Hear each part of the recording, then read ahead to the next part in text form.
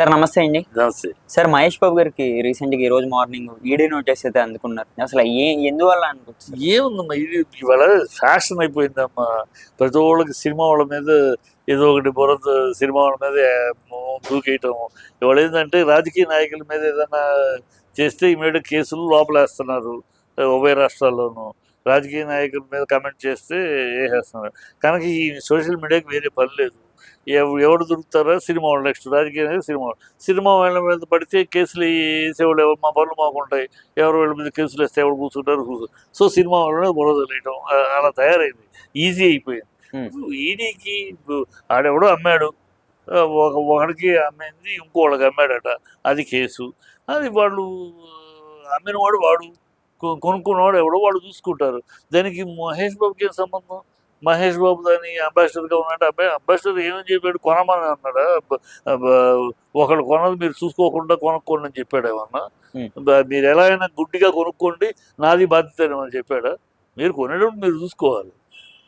స్థలము నివాసయోగ్యము, ఇది మంచి స్థలము, మంచి ప్లేసు, నివాసయోగ్యం ఇది అని చెప్తాడు అంబాసిడర్గా పబ్లిసిటీకి చెప్తారు. నువ్వు వెళ్ళాక నీది బాధ్యత కదా.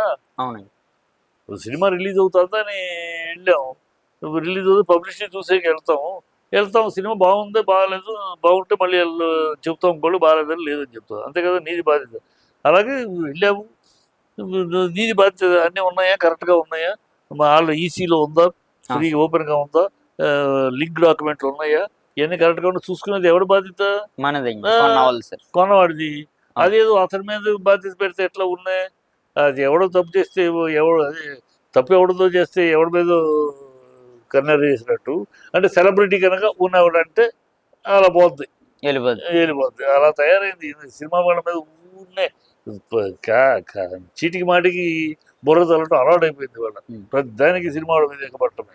అలాగే మన అర్జున్ మీద కూడా, అర్జున్ శ్రీలీలాగట స్కూల్కి చెప్పారు, బాగుంది, ఫెసిలిటీస్ ఉన్నాయి, మంచి స్కూల్. వాళ్ళ అందరూ ఒప్పుకునే పనే కదా, అందరూ ఒప్పుకునే మాటే కదా. నారాయణ స్కూల్ కానీ, చైతన్య స్కూల్ కానీ బ్రహ్మాండమైన స్కూల్స్, బిల్డింగ్లు అన్నీ ఉన్నాయి, కాలేజెస్ అన్నీ ఉన్నాయని చెప్పి ఉపయోగమాట అదే మాట చెప్పాడు. అక్కడ ఏదో తేడా జరిగితే ఏంటి? ఆ వాళ్ళ మీద ఎవరు చేయాలి? మేనేజ్మెంట్ మీద వెళ్ళాలి. ఈ విద్యార్థులు ఎవరో వీళ్ళకి నోటీసులు ఇవ్వాలంటారంటే బుద్ధి లేకుండా. మీరు అంత చిత్తశుద్ధి ఉన్నాడు, మీరు వెళ్ళి ధర్నా చేయాలి. విద్యార్థుల సంఘం మీరు వెళ్ళిపోయి ఆ కాలేజీల ముందు ధర్నా చేసి, ఇదిగో ఈ అన్యాయాలు జరుగుతున్నాయి, మన ఆఫీసులో చెక్ చేస్తే కూడా ఫ్యాన్లు లేవు, డోర్లు లేవు, టాయిలెట్లకి ఆడవాళ్ళ టాయిలెట్లకి ఏసీలు లేవు, సరిగ్గా పనిచేయట్లేదు, నిలబడి మీరు చెయ్యాలి. అది అర్జున్ లీలా ఏం చేస్తారు? వాళ్ళ పేరు మీద బురద వెళ్ళేస్తే, వాళ్ళకి నోటీసులు ఇవ్వాలనేస్తే ఈ అన్నవాడి పేరు బయటకు వస్తుంది. అన్నవాడి పేరు నువ్వు నేను ఎవరు ఆ మాట ఉంది? అర్జున్కి నోటీస్ ఇవ్వాలన్న మహానుభావుడు ఎవరు అని చెప్పి మనం ఎత్తుకుతాం పేరు, లేకపోతే వాడి పేరు ఊరు ఎవరికి తెలియదు.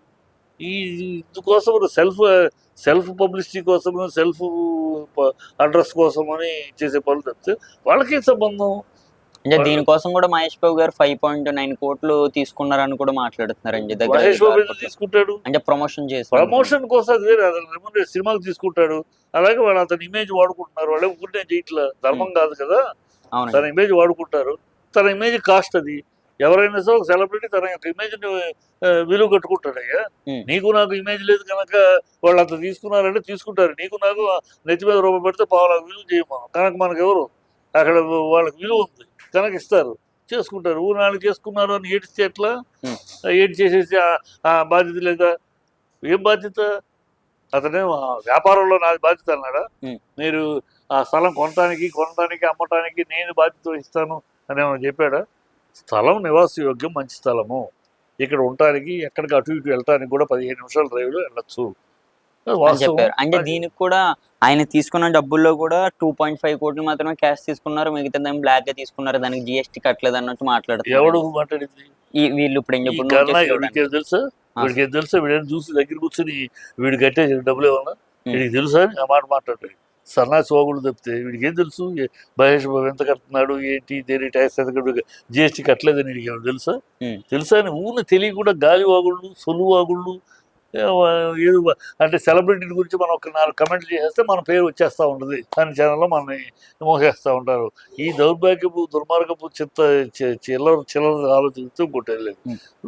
నిజంగా మీకు చిత్తశుద్ధి ఉంటే వెళ్ళండి, మేనేజ్మెంట్ దగ్గర నిలబడండి, ఆ అమ్మిన వాడి దగ్గర నిలబడండి, ఆ అమ్మిన కొన్నవాడికి మోసపోయిన వాడికి న్యాయం కోసం నిలబడండి. మహేష్ బాబు ఏం చేస్తాడు, అల్లు అర్జున్ ఏం చేస్తాడు? అవును సార్, మాట్లాడితే సార్ ఇప్పుడు మీరు ఎలాగ ఇండస్ట్రీలో చాలా పెద్దవారు సార్, కానీ ఏ ఇష్యూ జరిగినా సరే అది అడితి పిడితికి మన ఇండస్ట్రీ మీద పడుతుంది సార్. ఎందుకు పడుతుంది? ఇవాళ మీడియాకి, సోషల్ మీడియాకి వేరే ఫుడ్ లేదు. రాజకీయం మీద ఇదివరకు రాజకీయం మీద వెళ్తూ ఉండేది బాగా. రోజుకు ఒక రాజకీయ నాయకులు రోజుకు ఒక విన్యాసం, రోజు ఒక వాగుడు వాగేవారు. సో దాని మీద బీభత్సంగా మీకు సోషల్ మీడియాకి ఫుడ్ దొరికేది. ఇప్పుడు రాజకీయ నాయకుల మీద, రాజకీయ పార్టీల మీద ఏదైనా చేస్తే ఇమ్మీడియట్గా బొక్కలేస్తారు, కేసులు పెడతారు, బొక్కలు. అందుకని వాళ్ళకి దూరంగా ఉంటూ నెక్స్ట్ ఎవరు కావాలి మనకు ఫుడ్ కావాలంటే సినిమా వాడు. కనుక సినిమా వాళ్ళ మీద పడతారు, ఆయన దానికి కాని దానికి కంటెంట్ సినిమా వాళ్ళ మీద. అందుకని చెప్తాను, ఈ సోషల్ మీడియా వచ్చిన బాగా ఇది 2 రకాలు తయారయ్యారు, అతివాదులు, మితవాదులు. మితవాదులు ఏమో సోషల్ మీడియాని ఇన్ఫర్మేషన్ గాను చాలా చక్కగా ఇన్ఫర్మేషన్ పెంచుకుంటానికి, పంచుకుంటానికి, నాలెడ్జ్ 10 మంది పంచుకుంటానికి ఉపయోగించుకునే వాళ్ళు మితవాదులు. అతివాదులు ఉన్నారు కొంతమంది దౌర్భాగ్యం, ఇలాంటి వాళ్ళు సంబంధం లేకుండా పేర్లు లాగటం, సెలబ్రిటీల పేర్లు లాగటం, వాళ్ళని గురించి ఏదో మాట్లాడే పెద్ద మేధావితనంగా మాట్లాడేసి ఫీల్ అయిపోవటం. అలాంటి అతివాదులు. అబ్బా అమ్మ వద్దు వద్దు అంటే అర్ధరాత్రి అమావాస్యకి పుట్టిన అర్భకులు ఈ బాబుతో వీళ్ళు అంతే. ఎంతసేపు కెలికిటం, ఆ సెలబ్రిటీల మీద దుమ్ము తెల్లటం, తద్వారా వచ్చే వ్యూవర్షిప్ నుంచి ఆ ఎంగిలి మెతుకులు తినటం, ఆ కకూర్తి కుక్షిబర పరాయణతో ఆ కకూర్తి బతుకులు తప్పితే ఇంకోటి కాదు. వాళ్ళు వాగే వాగులు విచారణకి వెళ్తారంటారు సార్ మహేష్ బాబు గారు. ఎందుకు వెళ్తాడు? లాయర్ వెళ్తాడు, లాయర్ తరపు లాయర్ వెళ్తాడు, ఎక్స్ప్లెనేషన్ ఇస్తాడు. ఎందుకు వెళ్తాడు? ఎలా సాగుతుంది? ఇదేమో తనేనా అమ్మాడా? అమ్మకం అప్పుడు సంతకాలు చేసేటప్పుడు తనేమన్నా సాక్షి సంతకాలు పెట్టాడా? లేదా సంతకాలు పెట్టే ముందు మీరేమన్నా మహేష్ బాబుకి ఫోన్ చేసి ఏమన్నా మీరు చెప్పారు కొంటున్నాం అని ఏమైనా అడిగారు? మీరు చెప్పామని కొంటున్నాం అనే పిచ్చి మాట తప్పితే, చెప్పాము కొనేటప్పుడు నీకు బాధ్యత లేదా అని చూసుకోవా? బ్లైండ్గా ఆయన చెప్పాడండి నేనేమి చూడక్కర్లేదు, సంతకం పెట్టేస్తాను, పెట్టేవేమన్నావు అని చెక్ చేసుకున్నావుగా. నీ తెలివి తక్కువ, నీ చేతకాంతానికి, నీ ఆడలకు మధ్యలో కూడా అంటే నీ తెలివి తక్కువగా నువ్వు ఏదో కమిట్ అయ్యి వాడు మోసం చేస్తాడు, నువ్వు మోసపోయావు. దానికి చంద్రబాబు మహేష్ బాబు ఏం చేస్తాడు? పిచ్చి మాటలు అయ్యండి. Okay sir, thank you sir.